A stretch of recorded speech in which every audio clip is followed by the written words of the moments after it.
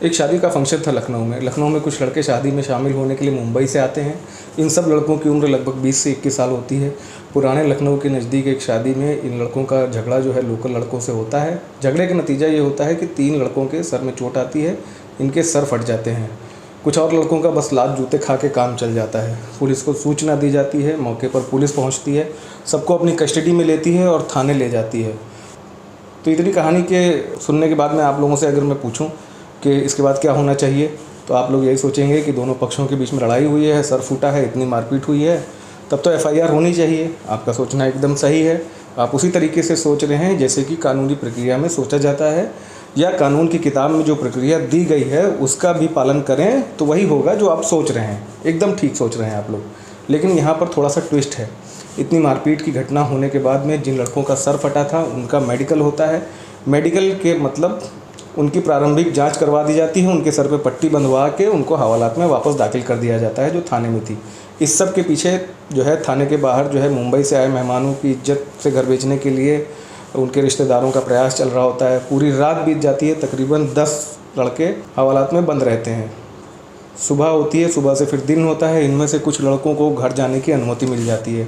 अब ये कौन लड़के थे? ये वही 3 लड़के थे जिनका सर फटा था। इनको पुलिस घर जाने के लिए अलाउ कर देती है। बाकी जो बचे हुए लड़के थे उनका 151 में चालान करके कार्यवाहक मजिस्ट्रेट के समक्ष उनको प्रोड्यूस कर दिया जाता है, ताकि उन्हें इस बात के लिए पाबंद किया जा सके कि भविष्य में कोई लड़ाई नहीं करेंगे।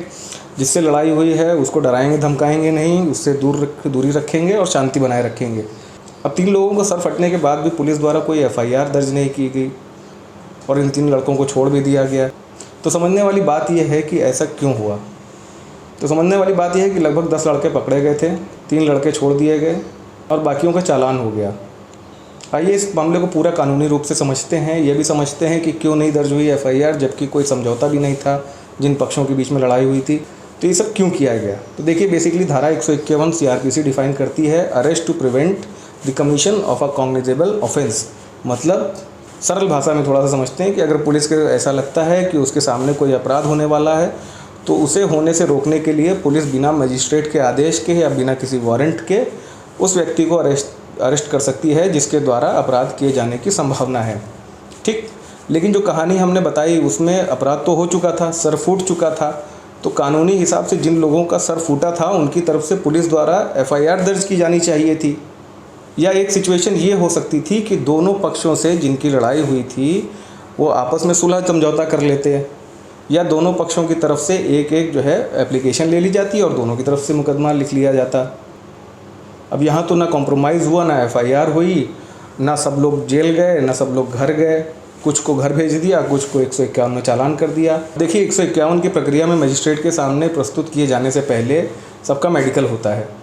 पुलिस अगर सबका मेडिकल करवाती तो उन 3 लड़कों का भी मेडिकल करवाना पड़ता है जिनका सर फटा था, और मेडिकल होता तो ये फिर बात सामने निकल के आ जाती कि सर फटा है, क्राइम हुआ है, एफआईआर रजिस्टर हो जानी चाहिए।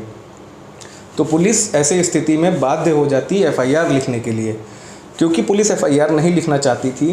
पुलिस नहीं चाहती थी कि कोई भी विधिक कार्रवाई की जाए। पुलिस ये चाहती थी कि लोगों के ऊपर एहसान कर दिया जाए, उनसे बदले में पैसे ले लिए जाएं। इसलिए पुलिस ने कोई एफआईआर नहीं लिखी। तो पुलिस ने क्या रास्ता निकाला?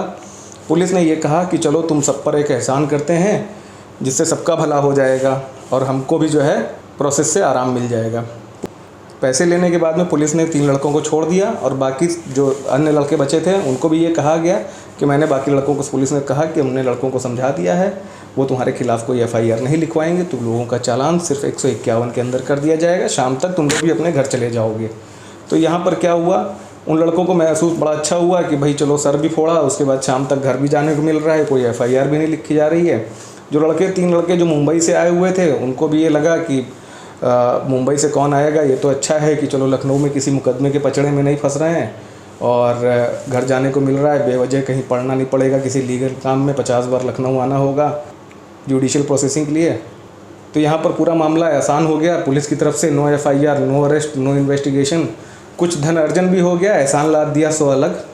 कानून की जटिल प्रक्रिया से सब लोग बचना चाहते हैं, कार्यवाही करने वाला भी, आरोपी भी, पीड़ित भी, क्योंकि कानून की प्रक्रिया के लिए कहा जाता है कि प्रोसेस इज़ द पनिशमेंट। मतलब कोर्ट जब तक अपना निर्णय सुनाएगा, सज़ा सुनाएगी, लेकिन उससे पहले की जितनी प्रक्रिया होती है वह आपको सज़ा जैसी महसूस होगी।